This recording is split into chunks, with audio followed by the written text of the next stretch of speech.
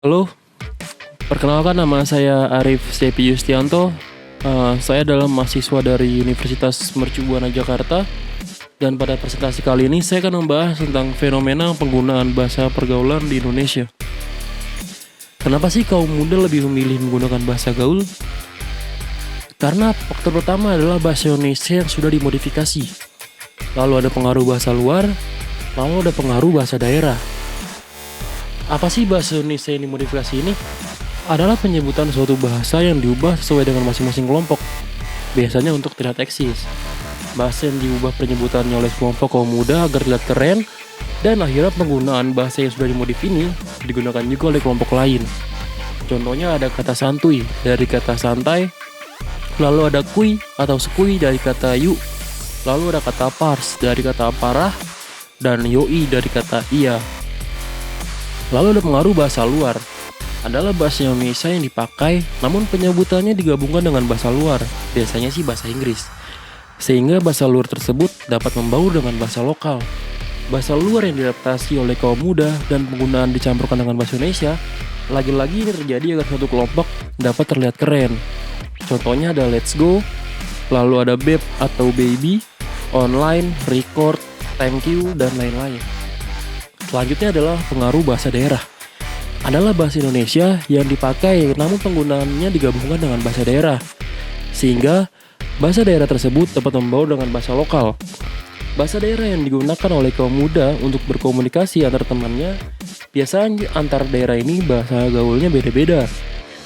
Contoh bahasa daerah Betawi yang digunakan oleh kaum muda adalah pertama ogah.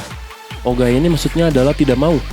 Lalu lu dari kata kamu atau anda, dua dari kata saya, di mari dari kata di sini, lalu ada di sono dari kata di sini, di sana.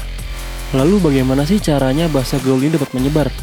Yang pertama adalah jejaring sosial. Bahasa ini dapat menyebar dengan cepat melalui jejaring sosial.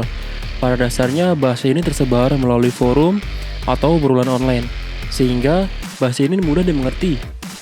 Selanjutnya adalah faktor lingkungan. Maksudnya adalah para remaja atau kaum muda ini akan menyerap bahasa dari orang-orang di sekitarnya, baik itu teman, saudara, ataupun keluarga. Lalu ada kebiasaan.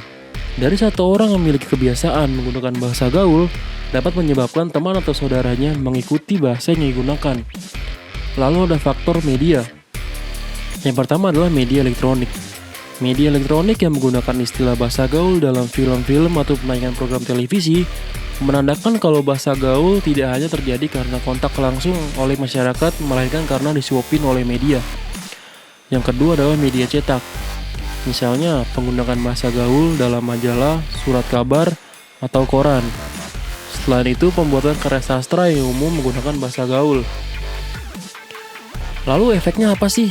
Yang pertama adalah berkurangnya rasa cinta terhadap bahasa Indonesia. Selanjutnya adalah kaum muda jadi sulit berbicara formal dan dicap tidak sopan. Sarannya apa dong? Yang pertama adalah pandailah berbahasa.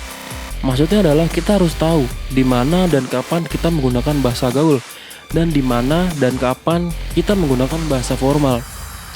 Lalu selalu biasakan berbahasa yang baku. Selanjutnya ajak rekan satu kelompok untuk berbahasa yang baku. Kesimpulannya adalah udara penggunaan bahasa Indonesia oleh bahasa gaul di kalangan remaja dapat diambil kesimpulan bahwa banyaknya masyarakat Indonesia yang menggunakan bahasa gaul, singkatan-singkatan dan menggunakan sehari-hari adalah penyimpangan dari penggunaan bahasa Indonesia dengan baik dan benar. Hal ini dapat menghambat pertumbuhan dan perkembangan bahasa Indonesia.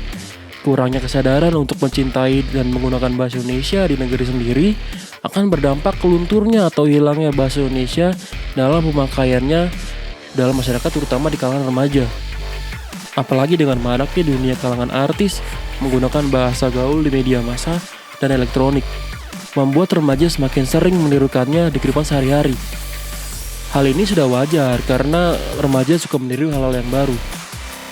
Mungkin sekian presentasi yang dapat saya sampaikan.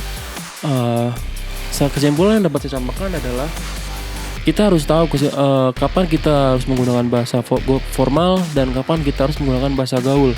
Jangan sampai di tempat yang formal kita menggunakan bahasa gaul, dan itu membuat kita tidak sopan. Mungkin sekian yang dapat saya sampaikan dan terima kasih.